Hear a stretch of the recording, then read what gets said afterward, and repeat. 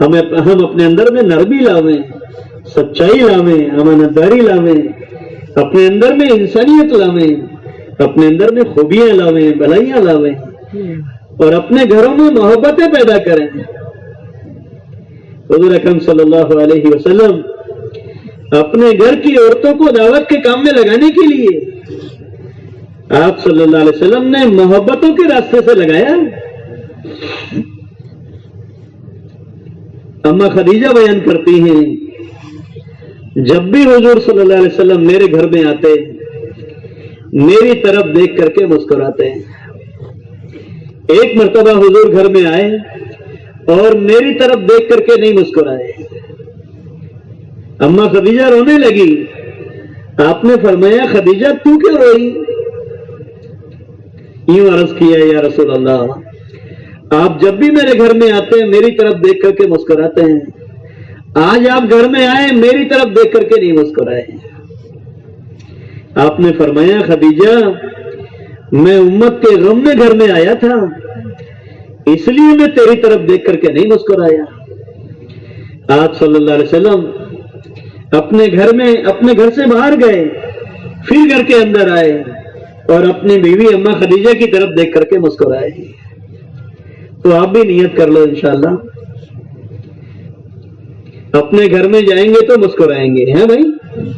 تو آپ تو 4 مہینے میں جا رہے ہو نا، آپ تو گھر جا ہی نہیں رہے، آپ تو سب 4 مہینے میں جا رہے ہو۔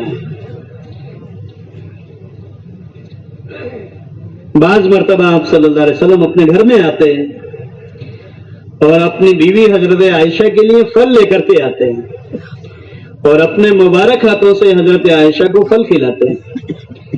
جدھر سے حضرت عائشہ نے کھایا ادھر سے خود کھاتے ہیں۔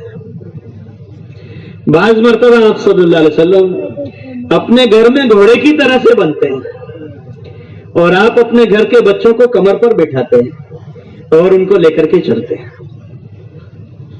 حضرت علی رضی اللہ عنہ آئے اور دیکھا اللہ کے نبی علیہ السلام گھوڑے کی طرح سے بنے ہوئے ہیں اور گھر کے بچے کمر پر بیٹھے ہوئے ہیں، آپ ان کو لے کر کے چل رہے ہیں۔ دروازے پر کھڑے ہو کر حضرت علی نے فرمایا، یوں عرض کیا، کتنی بہترین سواری ہے۔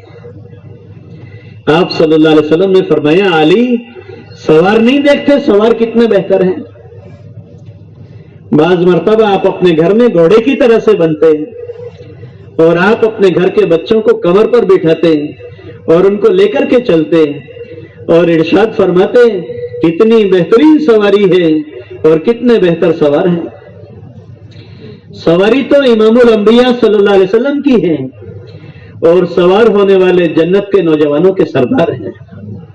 محترم بزرگوں، ہم بھی محبتوں کے راستے سے اپنے گھر میں یہ وائرنگ کریں، یہ وائرنگ ہم اپنے گھر میں کریں جو وائرنگ محمد الرسول اللہ صلی اللہ علیہ وسلم نے اپنے گھر میں کی ہے۔ آپ صلی اللہ علیہ وسلم کے بعد آپ کی بیویاں آپ کے کام کی ذمہ دار بنی ہیں، آپ کی بیٹیاں آپ کے کام کی ذمہ دار بنی ہیں، آپ کے داماد آپ کے کام کے ذمہ دار بنے ہیں، آپ کے نواسے آپ کے کام کے ذمہ دار بنے ہیں۔ ابو بکر رضی اللہ عنہ اپنے گھر کے سب کو لگا رہے ہیں، پورے گھر کو داؤ پر لگا دیا۔ جب ہجرت کا تقاضا آیا پورے گھر کو داؤ پر لگا دیا۔ ابو بکر رضی اللہ عنہ خود جا رہے ہیں محمد الرسول اللہ صلی اللہ علیہ وسلم کے ساتھ سفر ہجرت میں اور اپنی بیوی سے فرما رہے ہیں کہ تو ہم دونوں کا کھانا تیار کر۔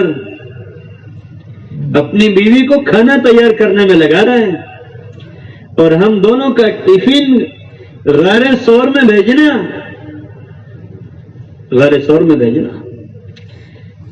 تو بیوی کو کام پر لگا رہے ہیں۔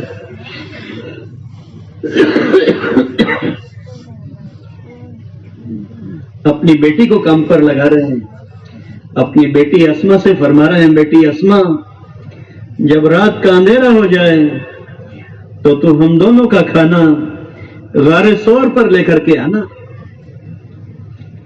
اور اپنے بیٹے کو کام پر لگا رہے ہیں کہ بیٹے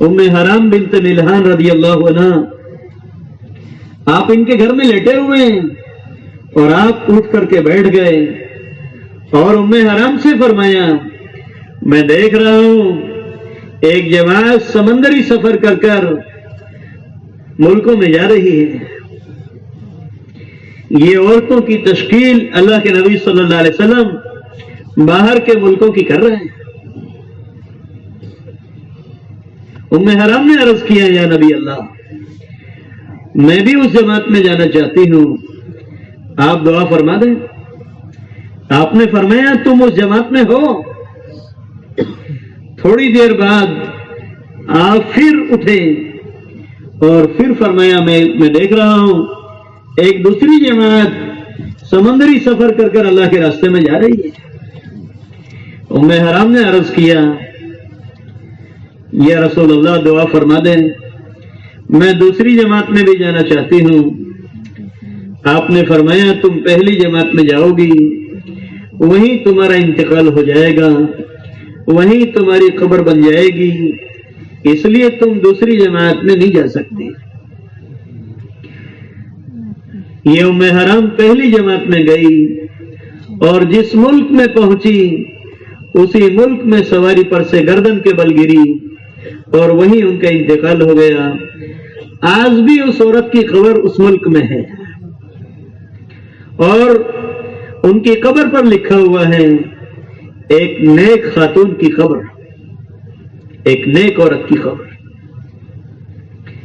جارڈن کے اندر امت کے سب سے بڑے مفتی صاحب بیرون جماعت لے کر کے گئے ہیں، دنیا کے ملکوں میں صحابہ کو اللہ کے نبی علیہ السلام نے بھیجا ہے، خوشخبریاں سنا کر، بشارتیں سنا کر صحابہ کے مردوں کو، صحابہ کی عورتوں کو تیار کیا۔ آپ صلی اللہ علیہ وسلم نے فرمایا تم جتنا دور سے دور اللہ کے دین کو لے کر کے جاؤ گے قیامت میں اتنے ہی میرے قریب رہو گے۔ یہ خوشخبریاں سنائی صحابہ کو، تو جارڈن گئے امت کے سب سے بڑے مفتی صاحب حضرت معاذ بن جبل رضی اللہ عنہ، تو وہیں جارڈن میں حضرت معاذ کی قبر بنی، وہیں ان کے بیٹے عبد الرحمن دفن ہیں اور وہیں ان کی دونوں بیویاں دفن ہیں۔ تو محترم بزرگوں، ہم بھی سب نیت ارادہ کریں انشاءاللہ گھر کی عورتوں کے ساتھ اللہ کے راستے میں جائیں گے۔ دیکھو ایک عورت کتنے مردوں کے ساتھ اللہ کے راستے میں جا سکتی ہے، ایک عورت اپنے شوہر کے ساتھ اللہ کے راستے میں جا سکتی ہے، اسی طرح سے اپنے ابا کے ساتھ، اپنے بھائی کے ساتھ، اپنے بیٹے کے ساتھ، اور دادی اپنے پوتے کے ساتھ، نانی اپنے نواسے کے ساتھ، پھوپھی اپنے بھتیجے کے ساتھ، خالہ اپنے بھانجے کے ساتھ اللہ کے راستے میں جا سکتی ہے۔ اسی طرح سے ایک آدمی اپنی بیوی کے ساتھ اپنی بہو کو بھی اللہ کے راستے میں لے کے جا سکتا ہے، اسی طرح سے ایک آدمی اپنی بیوی کے ساتھ اپنی ساس کو بھی اللہ کے راستے میں لے کے جا سکتا ہے۔ تو اس طرح سے ہر عورت کسی نہ کسی محرم مرد کے ساتھ اللہ کے راستے میں جا سکتی کہ نہیں جا سکتی؟ جن عورتوں کے 3 مرتبہ 3 دن لگ گئے ہیں وہ عورتیں 10 دن لگا سکتی ہیں، اور جن عورتوں کے 10 دن لگ گئے ہیں وہ عورتیں چلے میں جا سکتی ہیں، جن عورتوں کے 2 چلے لگ گئے ہیں وہ عورتیں اپنے محرم کے ساتھ دنیا کے ملکوں میں جا سکتی ہیں۔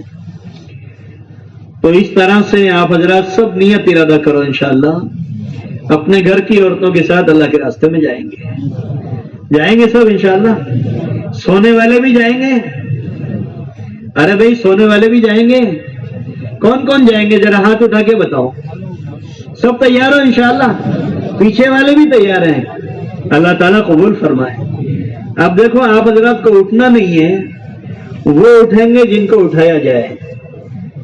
آپ حضرات میں سے 2 مرتبہ گھر کی